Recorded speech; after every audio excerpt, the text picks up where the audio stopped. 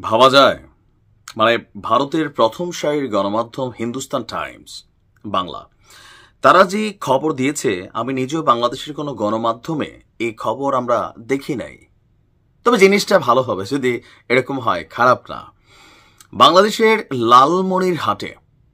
লালমনিরহাট যারা আছে আমাদের সম্ভবত উত্তরবঙ্গ এলাকা, আই ডোন্ট নো, একটু পিছিয়ে পড়া এলাকা, বাট এই এলাকাটার কপাল খুললা যাবে ভাই।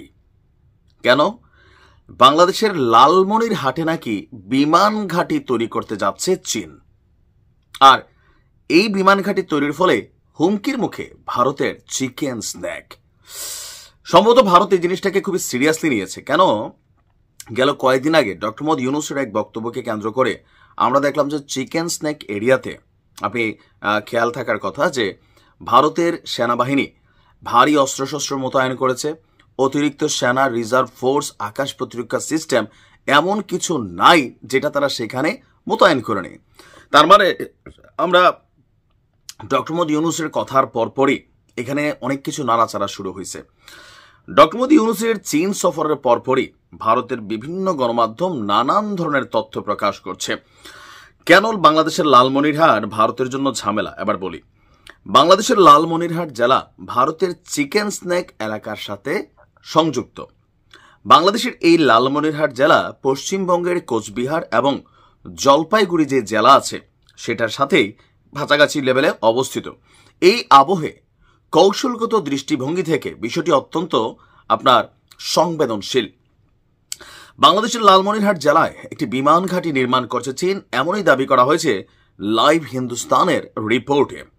এদিকে চীনা বিমান ঘাঁটি সংক্রান্ত তথ্য নাকি ভারতের কাছেও পৌঁছে গিয়েছে। উল্লেখ্য, বাংলাদেশের লালমনিরহাটের জেলা ভারতের চিকেন স্ন্যাক এলাকার সাথে সংযুক্ত হওয়ায় এহেন পরিস্থিতিতে চীনকে এই এলাকায় বিমান ঘাঁটি নির্মাণের অনুমতি দিয়ে ভারতের উদ্বেগ বাড়িয়েছে বাংলাদেশ। সম্প্রতি চীন সফরে গিয়েছিলেন ডক্টর মোহাম্মদ ইউনূস।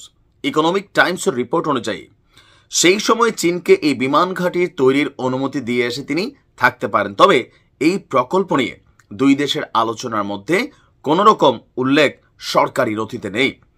এদিকে এই চীন সফরকালে উত্তর পূর্ব ভারত নিয়ে একটা মন্তব্য করেছিলেন ডক্টর মোহাম্মদ ইউনূস। রিপোর্ট অনুযায়ী চীন সফরে উত্তর পূর্ব ভারতের 7 রাজ্যকে নিয়ে বিতর্কিত মন্তব্য করেছেন ডক্টর ইউনূস।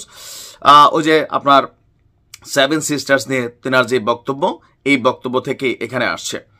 এদিকে বাংলাদেশের দ্বিতীয় বৃহত্তম বন্দর মোংলায় উন্নয়ন প্রকল্পেরও বরাদ্দ পেয়েছে চীন। এজন্য নৌপরিবহন মন্ত্রণালয়ের সাথে মোংলা বন্দর কর্তৃপক্ষের কমার্শিয়াল এগ্রিমেন্ট স্বাক্ষরিত হয়েছে। China civil engineering construction corporation এই বন্দর সম্প্রসারণের দায়িত্বে থাকবে। এর আগে ছিল এই বন্দর উন্নয়নের দায়িত্বে ভারতীয় এক সংস্থা। তবে 24 সালে সেই সংস্থা সরে আসে এই প্রকল্প থেকে। এখন সেই সুযোগ কাজে লাগাচ্ছে চীনা সংস্থা। তবে আমরা এতটুকু শুনছি কানে কানে বা লোকমুখে, চীন থেকে সম্ভবত 10টি অত্যাধুনিক প্রযুক্তির যুদ্ধ বিমান ক্রয় করে এসেছে বাংলাদেশ।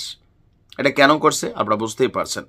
এখন ভারতের গণমাধ্যমের এই খবরগুলো আসলে কতটুকু যৌক্তিক অথবা কতটুকু সঠিক হইতেও পারে, কারণ ভারতের সবচেয়ে বড় হেডেক হচ্ছে চীন। চীন প্রতিকায়কে কি করে, আর বাংলাদেশের এই বর্তমান ইন্টারিম সরকার কোথায় কি করছে, আমাদের থেকে, বাংলাদেশের জনগণের থেকেও বেশি কনসার্ন ভারতের গোয়েন্দা সংস্থাগুলা।